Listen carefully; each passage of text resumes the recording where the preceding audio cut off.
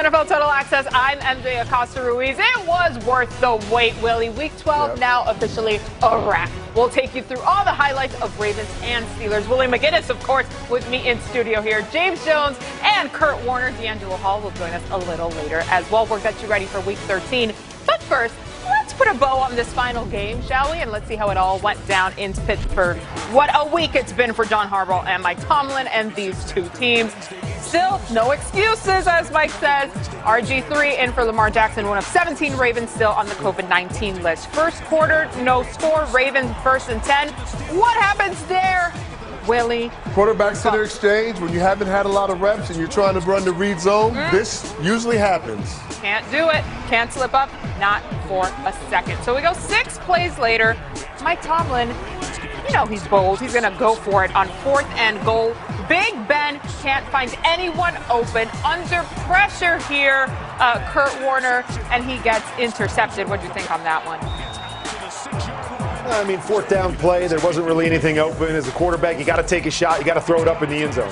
Yeah, don't worry, because the next time it happens to Robert Griffin, except this time Joe Hayden gets a pick six. So it's the defense that puts the Steelers on the board first. 6-0. That point after attempt was missed. So we go to the next Ravens drive. This time, a little mind trick for punting on 4th and 17 after he messes up there. Oh, but Ray McLeod muffs the punt, and it is recovered by Anthony Levine Sr. at the Steelers' 16, Willie. Yeah, I get it. You hear footsteps, guys are in your face. You got to keep concentration, and you got to handle the football. James Jones, we go 5 plays later. Ravens facing 2nd and goal. Gus Edwards muscles it in for that touchdown. The Ravens lead 7-6 there. We go to the second quarter. James, pay attention here, because Ravens are trailing 12-7. And Robert Griffin's. Look at that. You know how far he went, JJ? 39 yards. Hey, RG3 said, I've been in the film room watching Lamar Jackson take off too in this offense. Let me show you a little bit of what I can do. Okay. And it just sucks. Okay. Pull his hamstring. Hey, you can't do it back to back, Willie. That's the only problem. He ain't in shape for that yet. You gotta pace yourself. And Trace McSorley had to go in for RG3 after he limped off the field there. Listen, that's real. I can feel him on that hamstring situation. Clock ticking here now as we get closer to the half. Ultimately, time expires here and the Ravens come up with nothing at the end of the first half. Ravens trail 12-7 at the halfway point. Listen, that first half was rough. We saw turnovers, limping quarterbacks, just some of the grit that we're sort of used to seeing from these two teams. Woo! And a nice little pick just to finish off the first half there of this game. Oh, nope, not having it. Nobody is. Got to have better situational football right there. It is. So we go to the second half, the fourth quarter to be specific. This is where things start to get dicey. And who gets the touchdown is Juju Smith-Schuster. No one is happier than me who had him on their roster, fantasy roster. Not that it helped me any. That was the first offensive touchdown by the Steelers there of the game. RG3 still on the sideline with the ice on the hamstrings. Here's Trace McSorley to Hollywood Brown. That boy fast, Willie. Yeah, he's super fast, and that was just a simple route. He got the ball in his hands, made one guy miss, and the rest was history. That's it. Who could catch him? Anybody know? Well, he had the angle, but he did hit the brakes on him and then started to turn him around right there, and then that was it. It's tough. It's tough. McSorley getting into it. By the way, he was a 6th-round pick. McSorley was in the 2019 draft. Next Steelers drive with just 2 minutes left, over 2 minutes. Big Ben floats one up for James Washington. Makes a physical catch with a couple of guys on him, James Jones. Yeah, you know, MJ, whenever you throw it to a guy named James, when the game is on the line, you're in pretty good hands. That's what I know. So James Washington went up, made a play. That was the biggest play in the game right there for the Pittsburgh Steelers. Big Ben waving them off there, Kurt, as the final here. The Steelers remain perfect after an imperfect week, 19-14. It was rough. It was dirty. It was a good game down the stretch. That's exactly what we have come to understand, expect, and really crave from the Steelers and Ravens rivalry here. Willie McGinnis, Kurt Warner, James Jones. I want to dive right into it. Kurt, let's start with you here. assessment from what you saw offensively from the Ravens. We knew they were not going to have Lamar Jackson, but their defense also showed up quite a bit. Yeah, I was very impressed with the Ravens. Nobody really knew what to expect. I mean, it's been a crazy week for both teams, but let's be honest here. Nobody really gave the Ravens much of an opportunity with a lot of their big names on the COVID list. I thought they showed up. They played well. There were some big mistakes. Unfortunately, you kind of expect that, but that's really what changed the complexion of this game. And then on the other side for the Steelers, this has really been the Steelers' MO all year long. I mean, they've had 8 games that have been decided by 10 points or less, 6 games that have been decided by 1 score. And so they're a team that, to me, doesn't necessarily go out and dominate every time they step on the field.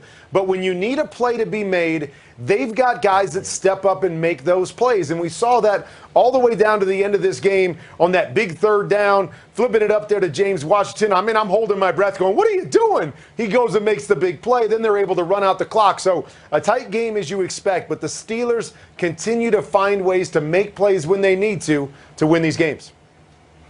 You're absolutely right, Curtin. Watching this ball game, I just feel like the team that played the best tonight did not win the ball game, and that's the Baltimore Ravens. The Baltimore Ravens came out and they played their tails off on the defensive side of the ball. If they had their MVP quarterback, different story. But this defense came out and they played lights out. They made it hard on Big Ben. They could not run the ball. I mean, you gave up 1 touchdown, and your offense continued to turn over the football and put you in bad situations, short fields, and you still buckled down. Got turnovers, gave up field goals. This defense played their tails off. This is one of those games that Coach Harbaugh can go back and show his team and say, this is the type of team we are. And we're getting some people back that is going to turn our offense into the type of offense we know our offense can be. And if we can play like this, it is going to be tough to beat the Baltimore Ravens. They should have won tonight. The Steelers got away with one, but this Baltimore team played a great game tonight. Kudos to Coach Harbaugh. And, James, you talked about them coming out and competing and playing at a high level. Nobody really know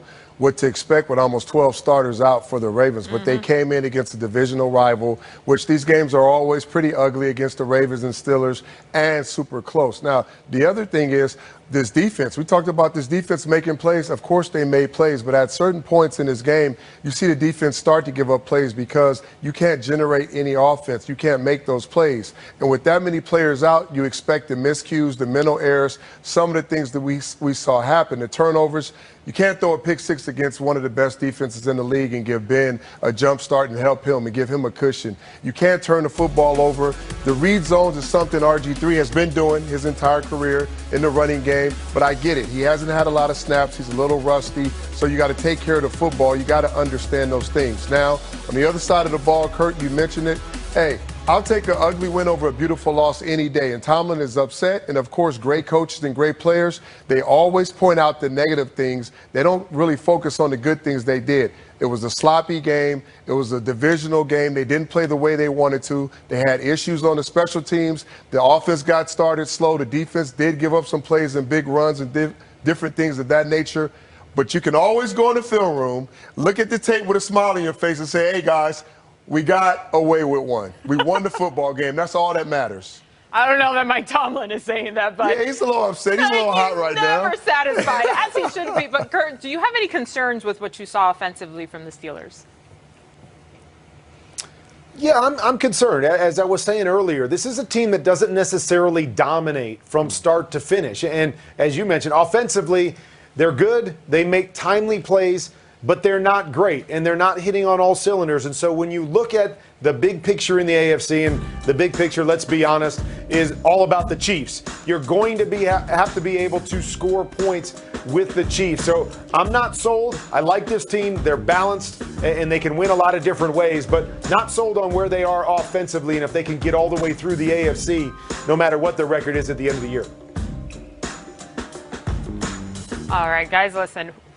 We're definitely going to have to get into a little bit more on that later. But Aditi Kinkwala was at the game. She went one-on-one with Joe Hayden after the game.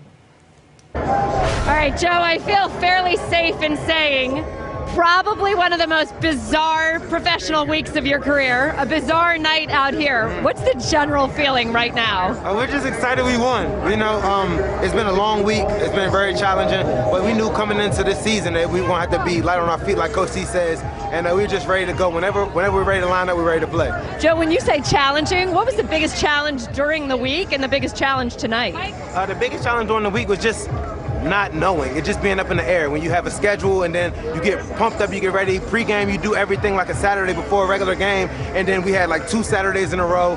Just that little stuff, but once we finally just know that the game time is here, then we're able to go out and play. Okay, so the game didn't start so great on offense. Then you turn right around with that pick 6.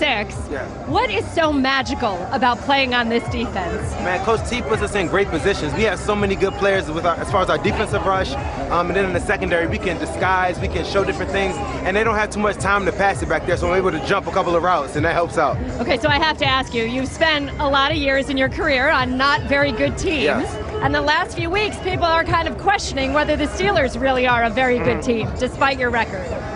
What is it about this team that separates it from a bad team? Why is this indeed a good football team? I think we're a good football team because all 3 phases, we're really, really good. We have a really good offense, we have a solid defense, and our special teams are amazing. Next man up in our coach